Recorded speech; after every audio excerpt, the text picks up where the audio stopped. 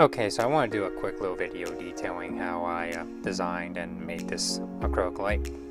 So first, I would like to give a big thank you to my friend that designed this little wolf design and was kind enough to let me use it for my light. So I am going to turn lights back on and unplug this before getting to some of the other details.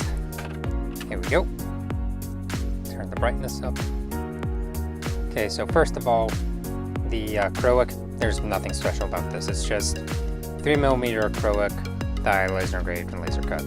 Same as any other acrylic light. Now the housing I designed in Autodesk Fusion 360, and it's cut out. Well, it's a little loose because I haven't glued it in yet. Anyway, the housing is cut out of 3mm birch plywood, and I dyed it with a black wood dye.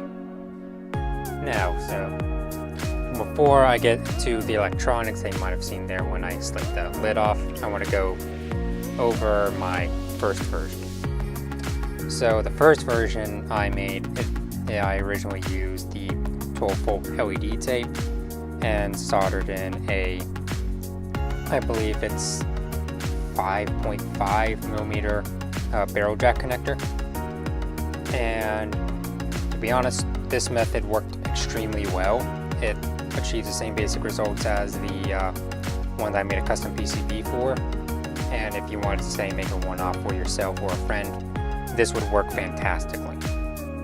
However, I sell these lights, and in my opinion, the barrel jack, while it is a good standard, it's not the most user-friendly in terms of people that are familiar with electronics, since there are so many different sizes and voltages.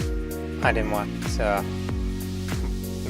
any potential buyers to deal with that bullshit, so I decided to go a different route. Let me get the new one back. So what I did was I excuse me,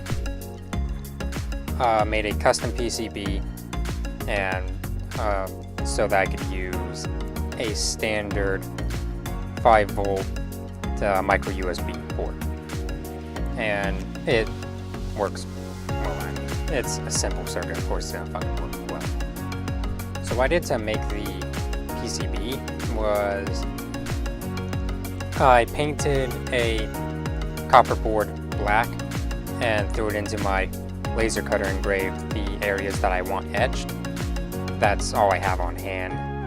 So, yeah, and I was just doing a one-off for now, since I wasn't sure how well this circuit would work or how well the process would work. But, newsflash, as you can see, it works fine. So yeah, I laser engraved the excess paint off so that area can be etched, and I cleaned the any of the leftover burnt paint and threw it in a etching solution of muriatic acid and peroxide.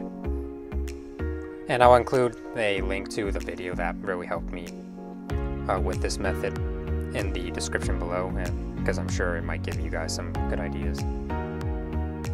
And after that, I just soldered all the components on and added a clear conformal coating to protect the copper from any ambient moisture or even, say, a spill, worst case scenario. And that's it. It's just really simple in design. Okay, so I hope you guys enjoyed this little video going over the light I made, and I hope that might have given you guys some ideas for a project of your own. And if you are interested in purchasing one of these, I do sell them on my Etsy store, and I can even make a custom one if you want. It doesn't have to be just a wolf. Anyway, thanks for watching and have a good day.